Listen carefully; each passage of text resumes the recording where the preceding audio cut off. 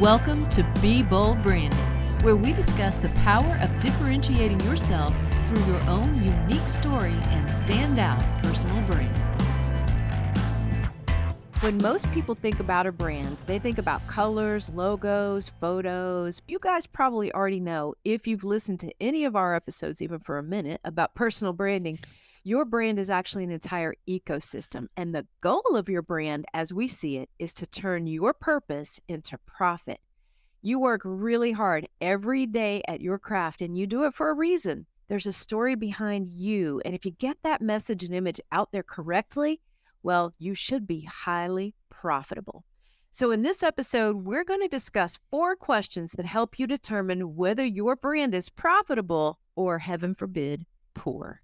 You don't want that. Before we get started, remember to head over to BrandFaceGuide.com and download our free guide to building a profitable personal brand. It's full of great advice and tips to help you change how you're seen so you can charge what you're worth.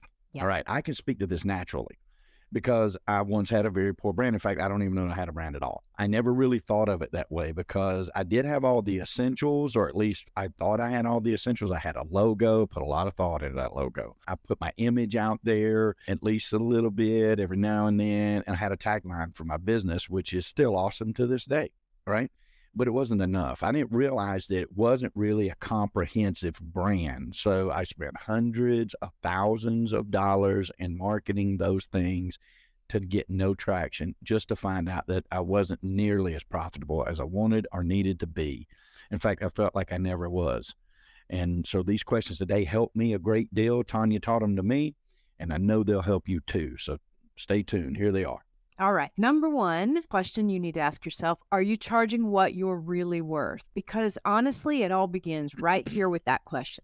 If you don't have the confidence to charge enough for the time you invest and for your expertise and experience that you bring to the table for your customers, then there's no way your brand can possibly be as profitable as it should be. When you are not charging what you're worth, it's usually due to a couple of problems.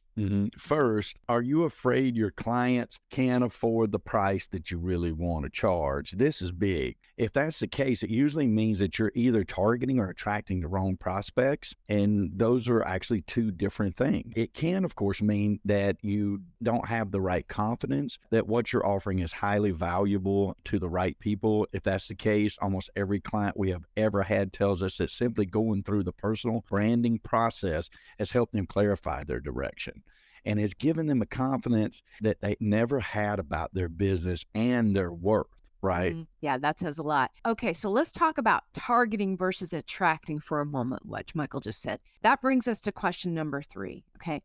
Are you or could you be intentionally attracting prospects who are not a fit? In other words, you are attracting who you set out to attract, but you just don't realize that most of them either cannot or will not buy from you. Yep. Yeah. In fact, here's a really good example for you. At one time, I was intentionally trying to attract real estate investors. That's because I was literally in front of hundreds, thousands of them in one setting, right? But every meeting that I seemed to set up with them went nowhere. It wouldn't go anywhere. And what I realized was that people saw me as a competitor, as a threat to them, because I was also an investor. I wasn't trying to help them invest. I was helping myself. That's the way they processed my messaging. And when I changed that target customer, things turned around very quickly.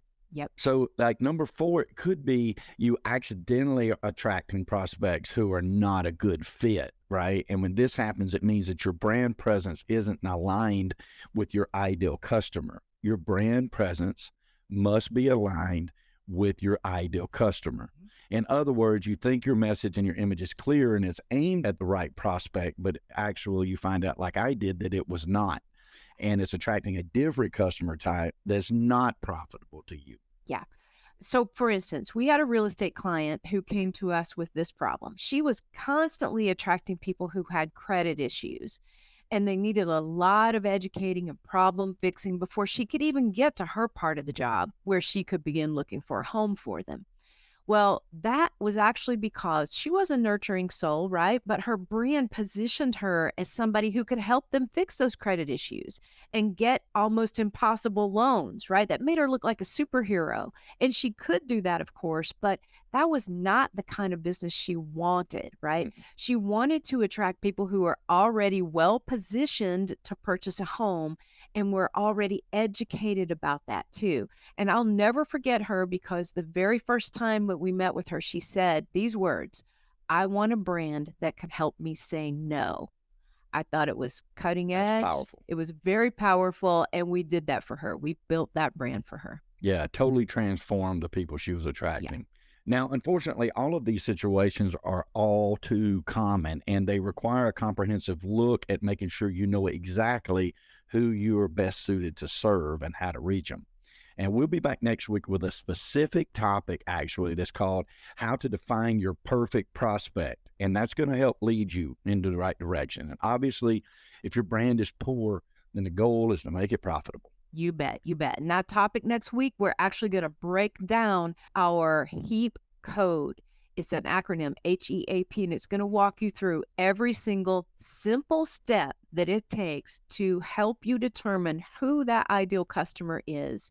And you're going to be amazed at how much that helps your business. So if you'd like to, as Michael said, take your brand from poor to profitable, we cover this topic and more in our free guide. It's called The Ultimate Guide to a Profitable Personal Brand, and you can pick it up free at brandfaceguide.com. Yep.